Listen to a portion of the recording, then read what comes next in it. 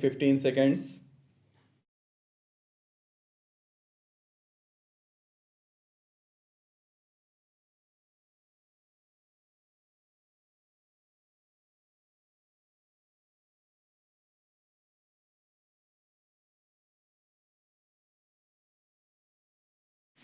I do not know how to thank the people of this state for the honor they have done me by asking me to lay the foundation stones of so many good and useful projects.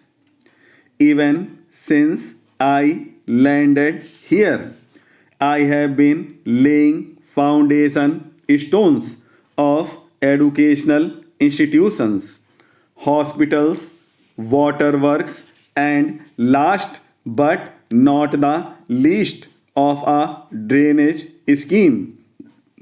This is indicative of the large building program that the state government is undertaking to provide some essential comforts and amenities to the people and is therefore a matter for gratification and congratulation. If your address you have referred to the diverse languages and ways of life of the people and also drawn attention to our underlying unity.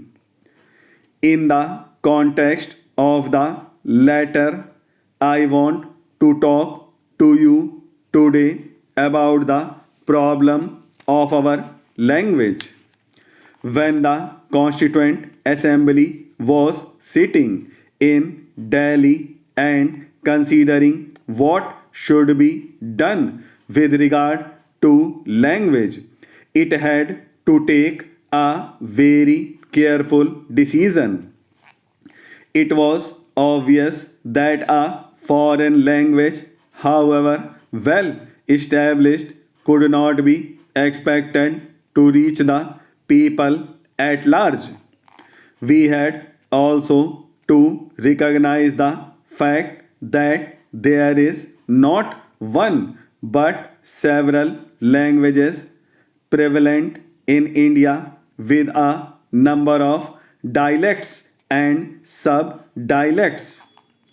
We could not say that any one language was better than the others. Each one of us was proud of speaking our own language. It would have been a poor specimen of democracy if we were to suppress the language of any constituent part. We had therefore to give a list of regional languages which could play their appropriate roles in regional affairs. But we had also to find a common language for all India purposes. English had served this purpose for quite a long time, but as I said earlier, however useful it might have been in the past, it could not continue to perform the same function forever, and especially in the changed context of today. We had to find a substitute from among our own languages, and it was found that the languages which was spoken and understood by the largest majority of the people was Hindi. It was therefore adopted as the language for all India purposes. By doing so, it was not implied that Hindi was better than any other languages. It was chosen because it happened to be spoken by the largest number of the people. Misunderstandings are sometimes created, and people start imagining that Hindi is being forced on them, not only as a Hindi speaking person but also as President of the Indian Republic. I can give you the assurance that there is no intention on the part of any responsible person to force this language on anyone. In fact, all that is intended is that those whose language is other than Hindi should acquire a working knowledge of it so that they may understand the state language. We must all be prepared to make that much of sacrifice in the interests of the unity of our country.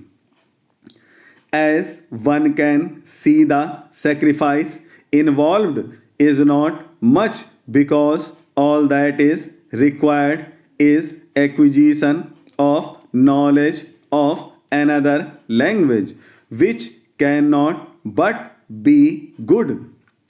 The government should not take care to see that no discrimination is practiced on account of language.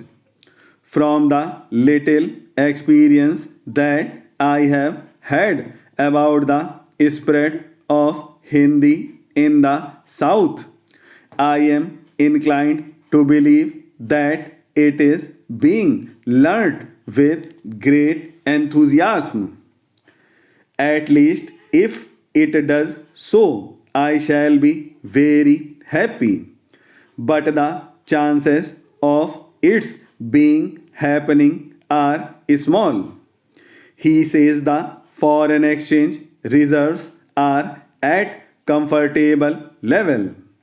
I am very glad he thinks so. He may even say that they are comfortable. If they are at comfortable level, then there is certainly going to be greater drain upon it because steps being taken to stimulate exports further and so on and so forth. But I think the balance of payments position is precarious and as he himself admits is one of the issues which causes him concern and quite rightly so. I would like to draw his attention to the fact that the imports have been liberalized and over liberalized as a stage when rupee is for all practical purposes devalued. Imports therefore must cost very much more and increase the chain on limited foreign exchange reserves. Liberalization of imports is necessary but only in highly selective areas. That was not done. I think in their initial enthusiasm they have overdone it. The second point of concern was about the rise of government expenditure. On that count, what has he done? Nothing is done. On their other hand, governmental expenditure has gone up and will go up now further because of the pay commission's recommendations. which government has already implemented. There are other things which are beyond his control, like the natural calamities which must be attended to, and substantial sums of money will have to be provided. I hope that the finance minister realizes that for the next year he has provided certain amount in his anticipatory budget, about rupees 500 crores.